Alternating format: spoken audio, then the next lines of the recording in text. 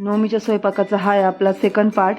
तर सेकंड पार्टमध्ये आता मी इथे ना गुळाच्या चाणक्या करायला घेतल्या आहेत. तर गुळाच्या चाणक्या करायसाठी मी इथं गुळ ना बारीक कापून घेतला आहे आणि ना पावशेरच्या म्हणजे पाव किलोच्या वरती गुळ घेतला आहे तिथे. आणि एका पातेल्यामध्ये ना स्टीलच्या मी घालून घेतला आहे आणि त्याच्यामध्ये ना थोडंसं पाणी वरती घातले, कारण जास्त आपल्याला असं फिक्क्या नाही करायच्या आहेत, म्हणून थोडंसं घट्टच आपल्याला गुळाचा पाक म्हणजे गुळाचं पाणी करायचं आहे. त्यासाठी मी इथे घालून घेतलं ते आणि साईडला ठेवून दिलं. आणि इथे मी भाताला आधण ठेवलं आहे त्या साईडला.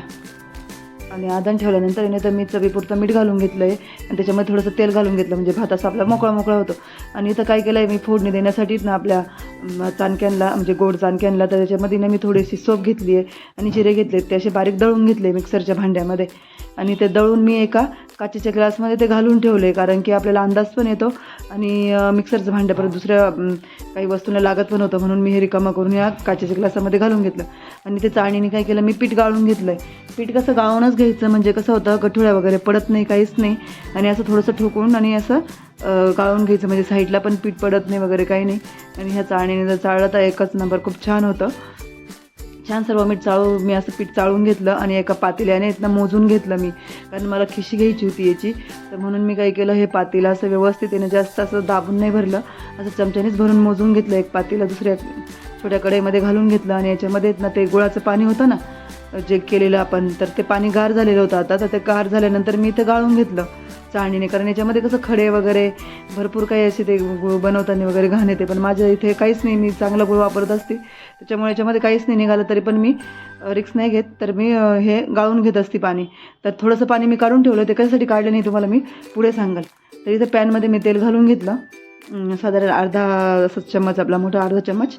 आणि त्याच्यामध्ये आहेत ना जे आपण पूड करून ठेवली आहेत ना सोपची आणि आपली जिऱ्याची, तर ती याच्यात घालून घेतली मी, अशी व्यवस्थित फोडणी देऊन घेतली त्याला. आणि फोडणी दिली नाही का खूप छान टेस्ट येते त्याच्यात. आणि ते पाणी सर्व मी याच्यामध्ये घालून घेतलं, ते गुळाचं पाणी, आणि थोडंसं ते पातेलं पण हिसळून घेतलं त्याच्यामध्ये आणि त्याच्यातलं पाणी याच्यामध्ये घालून घेतलं. आणि छान अशी उकळी आली. उकळी आल्यानंतर गॅस थोडासा कमी केला आणि थोडं थोडं पीठ घालून मी लाटण्याने असं लाटण्यात तेल लावून घेतलं आणि खिशी घेत होती मी. तर व्यवस्थित खिशी अशी मी करून घेतली. आणि ना काय होतं, खिशी घेताना हे पीठ थोडंसं साईडला पण उडलं जातं, गॅस त्याचा पुरा भोऱ्या वाजला जातो. तर माझं आहे ना टेन्शन हे होतं की ना माझा गॅस खराब होतो आहे, त्याच्याकडे जास्त लक्ष होतं यावेळेस माझं. आणि मी हे व्यवस्थित खिशी अशी व्यवस्थित बनवून घेतली आणि परत त्याच्यामध्ये ना तर राहिलेलं आपलं ते पीठ होतं ना ते घालून घेतलं. म्हणजे मी थोडं थोडं पीठ घालून घेत होती, की जसं पाहिजे तसं, म्हणजे गठुळ्या पण होणार नाही, काहीच नाही, आणि आपली खिशी पण एकदम व्यवस्थित होईल. आणि इथे मला वाटलं आता की इथे आपल्या लाटण्याची गरज नाही आहे, तर इथे मी चमच घेतला. चमचनी ना सगळं कढईतलं साईडला जे लागलेलं पीठ होतं ना ते सगळं काढून आणि आतमध्ये सगळं मिक्स करून घेतलं.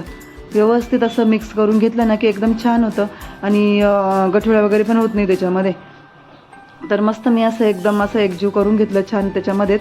आणि थोडंसं की नासारच वाटत होतं, पण काय होतं माहिती का, या गुळाच्या पिठाचं काय असतं की आपल्याला जेव्हा बनवताना वाटतं की हे पातळ आहे, पण जेव्हा हे गार होतात ना त्यावेळेस ते पूर्ण घट्ट होऊन जातं.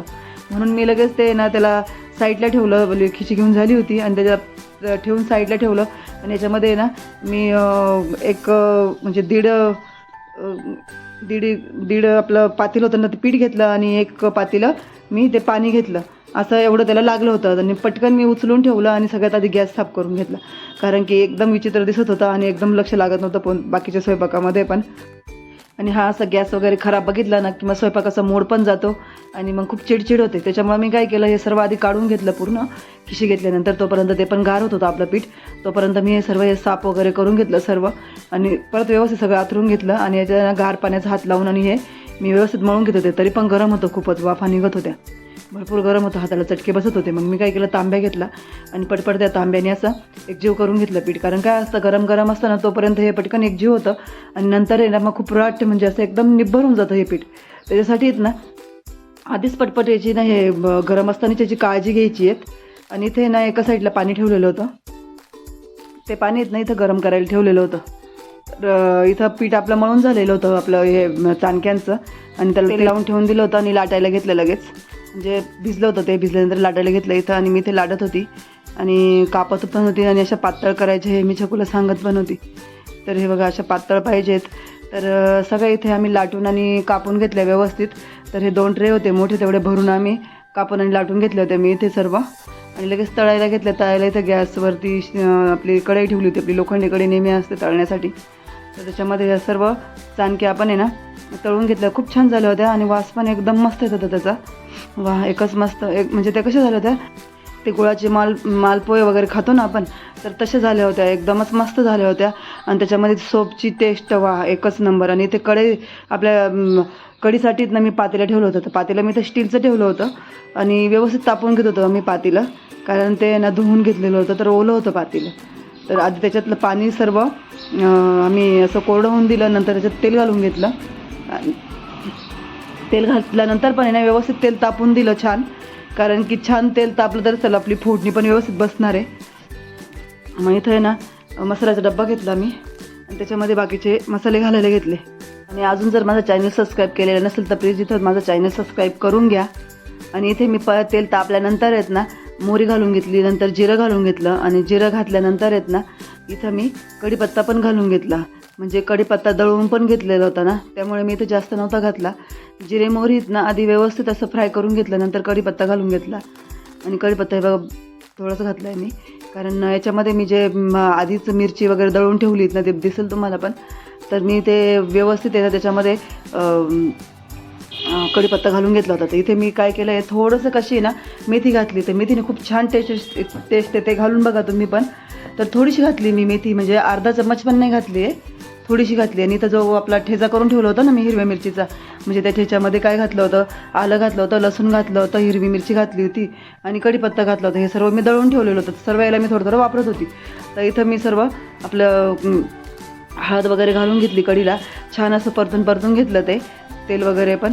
आणि त्याच्यामध्ये ना आता ते पाणी जे ठेवलं होतं ना आपण, गुळाचं पाणी, हे कशाला पाहिजे तुम्हाला मी म्हटलं की नंतर सांगाल, तर ते ह्या कढईमध्ये टाकायचं होतं. आणि मी काय केलं, ते पाणी थोडंसं ते ठेवलं होतं त्याच्यामध्येच गरम पाणी करून घेतलं कढीसाठी, त्या गुळाच्याच पाण्यामध्ये, आणि ते याच्यामध्ये घालून घेतलं. खूप छान टेस्ट येते गुळाची. थोडासा खडा का होईना गुळाचं घालायचं, कारण मी एकदम थोडंसं पाणी ठेवलं होतं त्याच्यामध्ये.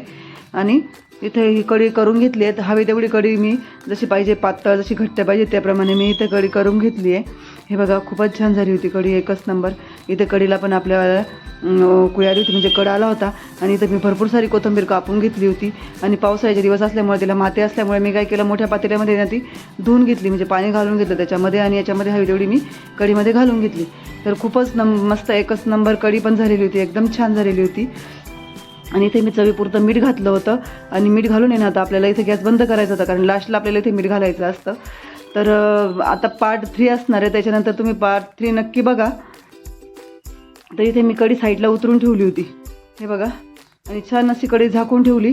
आणि इथे पीठ घेतलं होतं हे याच्यासाठी, ज्या आपल्या पातोड्या बनवतात ना त्या पातोड्यासाठी.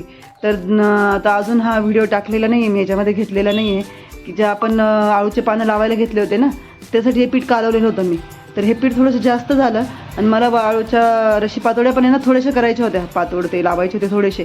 मग मी काय केलं, तेच पीठ घेतलं. आणि त्या पिठामध्ये काय केलं, थोडीशी हिरवी मिरची वगैरे आधी तर घातलेलीच होती, अजून थोडीशी घालून घेतली त्याच्यामध्ये.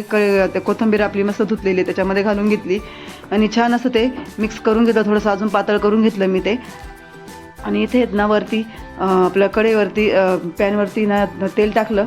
आणि तेलामध्ये आहेत ना मी जो आपण ठेचा करून ठेवलेला, मी तुम्हाला सांगितलं की मी आधीच ठेचा करून ठेवलेला, हिरवी मिरची, लसण आणि अद्रकचा वगैरे, तर तो याच्यामध्ये मी हवा तेवढा घालून घेतला. कारण मी आधी पण याच्यामध्ये जे पातोडसाठी लावून घेतलेलं पीठ ना त्याच्यामध्ये टाकलेलं होतं, म्हणून याच्यामध्ये ना थोडंसंच घालून घेतलं, जास्त तिखट नव्हतं करायचं. आणि त्याच्यामध्ये ना थोडेसे जिरे आणि मोहरी पण घालून घेतली होती. आणि व्यवस्थित असं फ्राय करून घेतलं.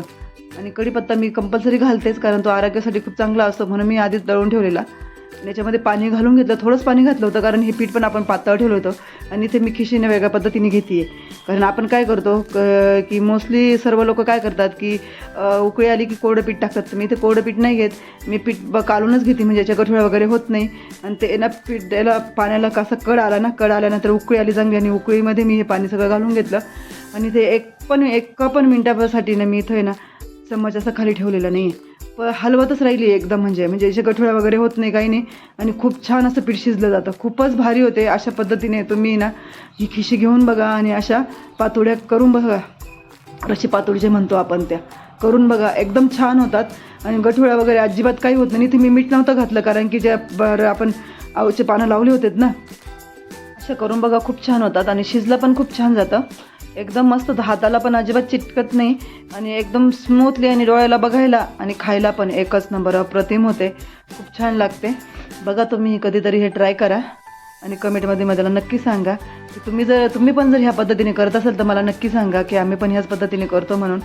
खूप छान झाली होती. इथं आपली म्हणजे इथं पॅन सोडायला लागली होती म्हणून मी इथं बंद केलं आणि त्याच्यावरती झाकण ठेवून दिलं आणि इथे एका ताटावरती ना मी ब्रशनी तेल लावून घेतलं व्यवस्थित आणि ते गरम गरमच इथंही ना ही प्रोसिजर एकदम फास्ट करायची असते कारण की गार झालं ना की मग ते पसरत नाही लवकर. तर मग मी काय केलं इथे फास्ट सगळं करून घेत होती आणि इथे आहेत ना आपल्या ताटावरती सगळं थापून घेतलं मी आणि चमच्यानेच थापून घेत होते. खूप गरम गरम होतं म्हणून हात नव्हता लावलेला मी. नंतर जेव्हा सगळं पसरून घेतलं ना सर्व एकसारखं त्यावेळेस मी वरून थोडंसं असं तेलाचा हात लावून आणि वरून असं थापून घेतलं हाताने. एकच नंबर, खूपच छान झाली होती ती. कोथिंबीर वगैरे एकदम भारी दिसत होतं, खूपच छान. आणि ते झाल्यानंतर मग काय केलं, ते ताट असं हातात घेतलं आणि साईडला ठेवून दिलं गार होण्यासाठी. आणि गार झाल्यानंतर आपल्याला हे कापायला घ्यायचं होतं. तर नंतर हे गार झालं मग छकुनी हे कापायला घेतलं आणि मी खाली काहीतरी करत होती मग तीच म्हणे की मी हे कापून घेतली. मग तिने हे कापायला घेतलं. आपलं हे पिझ्झा कटर असतं ना त्या कटरने तिने छान मस्त असं कापून घेतलं आणि खूप छान झालं होतं. बघा त्याचा कलर, टेक्स्चर वा एकच नंबर आलं होतं. आणि त्याच्यात ते तीळ वगैरे घातलेले होते त्या पिठामध्ये. ते तीळ याच्यामध्ये पण एकदम सुंदर दिसत होते, खूपच भारी आणि एकदम मस्त झाले होते आणि एकदम मापात झाले होते, जास्त पण नाही आणि कमी